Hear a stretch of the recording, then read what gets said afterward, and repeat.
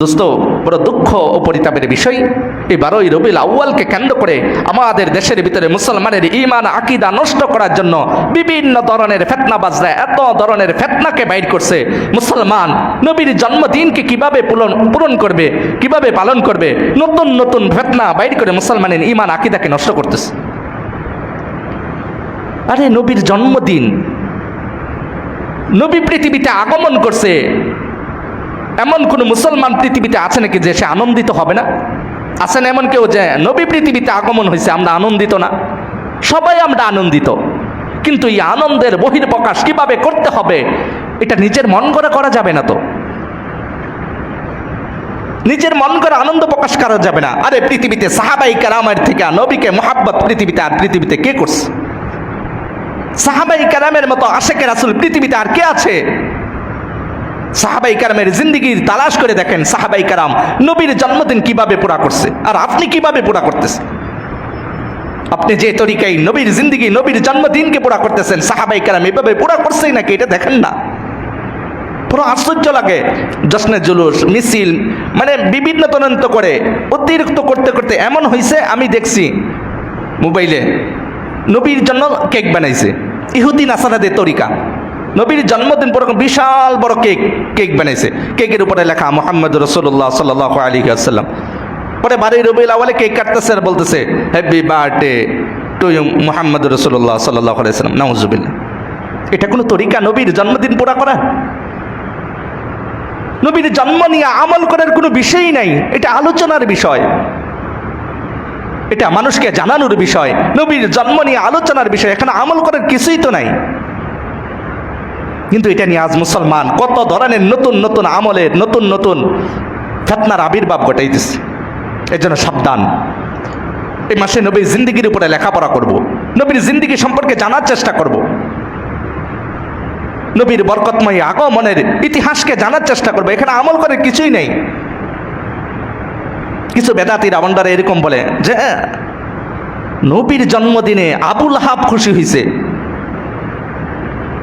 নবীর জন্মদিনে আবু লাহাব খুশি হয়েছে, কাফেররা খুশি হয়েছে, আর মুসলমানরা খুশি হয় না।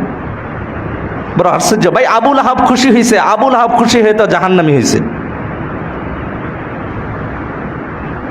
আবু লাহাবের খুশি তো মুক্তি দিতে পারেনি আবু লাহাবকে। আবু লাহাবের খুশি শুধু দুনিয়াতে তার ভাতিজা আগমন করছে এইটা কেন্দ্র করে। কিন্তু নবীর যে উদ্দেশ্য আর মাকসাদ নিয়ে পৃথিবীতে আসছে, ওই উদ্দেশ্য আর মাকসাদের উপর আবু লাহাব খুশি ছিল না। এই জন্য সে মুক্তি পায় নাই, সে জাহান্নামী, সে চিরস্থায়ী জাহান্নামী।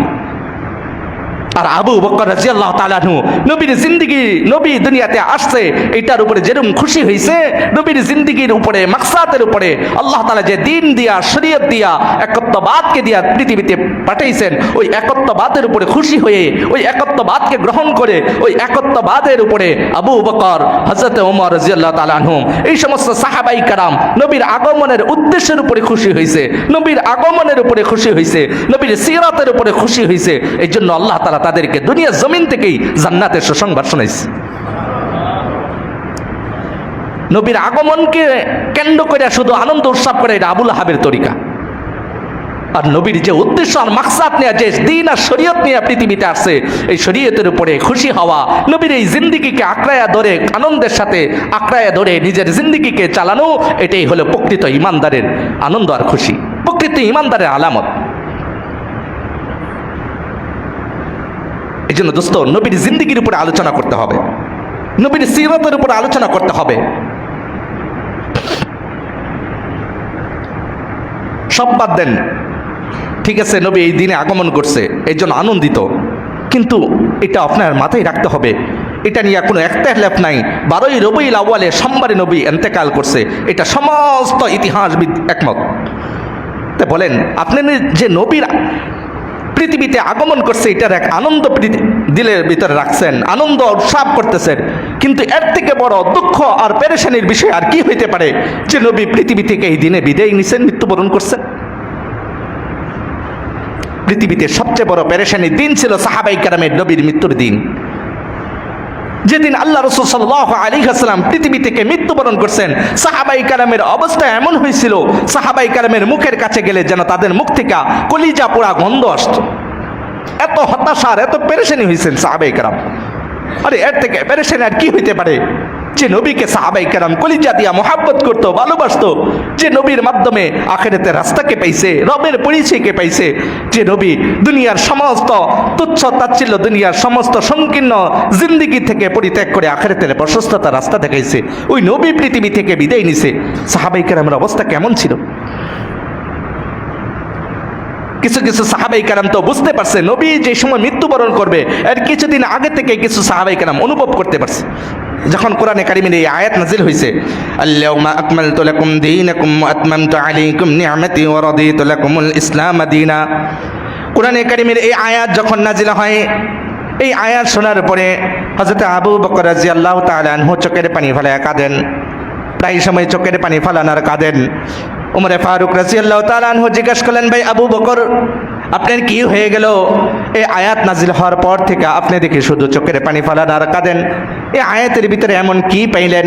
এই আয়াতের ভিতরে আল্লাহ তাআলা বলছে, হে দুনিয়ার মানুষ, আজকের জন্য দিনকে, শরীয়তকে তোমাদের জন্য পরিপূর্ণ করে দেওয়া হলো, কামেল মোকাম্মেল করে দেওয়া হলো। এই আয়াতের অর্থ এইটা। কিন্তু আবু বকর রাদিয়াল্লাহু তাআলা আনহু যেদিন থেকে এই আয়াত শুনছেন, নাজিল হয়েছে, ওই দিন থেকে এই পরিমাণ কাদা, চোখের পানি ফালান। উমরে ফারুক রাদিয়াল্লাহু তাআলা আনহু জিজ্ঞাসা করলেন, কেন কাঁদেন? আবু বকর রাদিয়াল্লাহু তাআলা বলতেছে, হ্যাঁ ওমর, আমি তো এই আয়াতের ভিতরে আল্লাহ রাসূল সাল্লাল্লাহু আলাইহি ওয়াসাল্লামের মৃত্যুর গন্ধ পাইতেছি। তিনি দুনিয়াতে আর বেশি দিন বাঁচবে না, তিনি দুনিয়াতে আর বেশি দিন থাকবে না, আমি তো এরকম গান পাইতেছি আয়াতের ভিতরে থেকে। এই জন্য আমি ওই চিন্তা করি যে আল্লাহ রাসূল দুনিয়া থেকে চলে যাবে, আর আল্লাহ রাসূল থেকে আমার পৃথক হওয়া, জুদা হওয়া, এটা আমি কিভাবে সহ্য করব? এটা আমার দ্বারা বরদাস্ত হবে না। আমার যখন ওই কথা চিন্তা করি, চিন্তা করার সাথে সাথে আমার কলিজা মোচড় দিয়া ওঠে, আমার চোখ দিয়া পানি বের হইতে থাকে। আমি আল্লাহ রাসূলের জুদাই আমি সহ্য করতে পারবো না। তো আমি এই আয়াতের ভিতরে আল্লাহ রাসূলের দুনিয়া থেকে বিদায় হওয়ার এক গন্ধ পাইতেছি। যখন কোরআনে কারীমের সূরা নাসর, ইযা জাআ নাসরুল্লাহি ওয়াল ফাত, এই আয়াত যখন, এই সূরা যখন নাজিল হয়েছে, এই সূরা যখন নাজিল হয়েছে, এই সূরার ভিতরে আল্লাহ তাআলা সূরার প্রথম অংশে মুসলমানদেরকে এক সুসংবাদ দিছে, ফতে মক্কা বিজয়ের এক সুসংবাদ দিছে। সমস্ত সাহাবায়ে কেরাম আনন্দিত, সবাই আনন্দ উল্লাস করতেছে। আল্লাহ তাআলা অচিরেই আমাদেরকে মক্কা বিজয় দান করবে, আমাদের হাতে রাজত্ব দান করবে, আমাদেরকে বিজয় দান করবে, সবাই আনন্দিত। কিন্তু একজন সাহাবী হযরত আব্দুল্লাহ ইবনে আব্বাস রাদিয়াল্লাহু তাআলা আনহু কাঁদে। সাহাবায়ে কেরাম জিজ্ঞাসা করতেছে, আমরা সবাই আনন্দিত, আমরা সবাই এই আয়াত শোনার পরে, এই সূরা শোনার পরে আমরা আনন্দিত যে আল্লাহ তাআলা আমাদেরকে অচিরেই বিজয় দান করবে, মক্কা বিজয় আমাদের হাতে দান করবে, আমরা আনন্দিত। তুমি কেন কাঁদতেছো? তোমার কাঁদার কারণ কি? তোমরা তো ঠিক আনন্দিত, মক্কা বিজয়ের ইতিহাস, মক্কা বিজয়ের গন্ধ পাইতেছো, এই আয়াতের আল্লাহ তাআলা সুসংবাদ তোমরা শুনতে পাইছো। এই আয়াতের এই সূরার শুরুতে আল্লাহ তাআলা মক্কা বিজয়ের ইতিহাসকে শুনাইছে, মক্কা বিজয়ের সুসংবাদ আল্লাহ তাআলা দান করছে।